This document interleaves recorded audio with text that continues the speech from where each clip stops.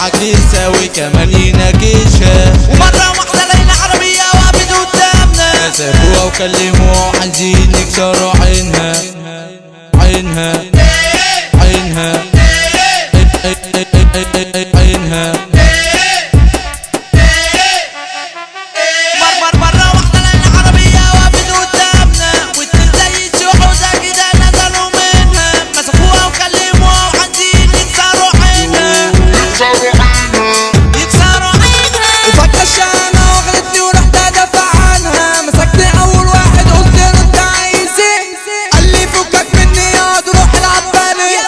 استغربت من كلامه ولقيت اللغة بتاعته غريبة. رحت الموزة ماسكة فيه وكمان نطت عليه وصوتت على صوتها، يا ناس الحقوني اتنين من برا بلدي عايزين يخطفوني. البت دي ماشية بتدلع والشباب هتولع، سيسو بابا هتولع، سو بي سو بوسو ناو جيب شو سو ناو سو بي سو ناو.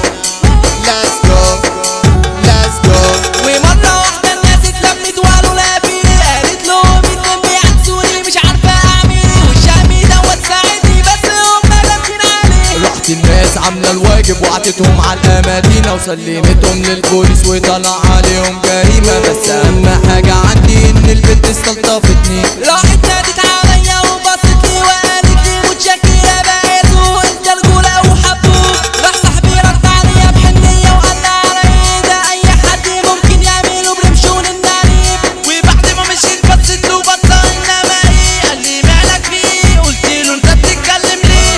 والله دي كانت عجباني بس أنا خبيت عليك. بصيلي في انستجرام وقال لي ما قلتش ليه؟ والله يا صاحبي أنا كنت شايف العين عليك. ودي حكمة قالوها زمان صاحب راجل يطلع تمام، احسن ما تصاحب واحد يبيعك ويكون جبان. أنا نفسي ألقى نفسي وأتحببوا بيه، ومعايا فلوس كتير 60,000 جنيه، وأشرب كازوزة في العجوزة مع الساكوزة إيه، وجيت ليش مع الموبايل وتحبك وايه.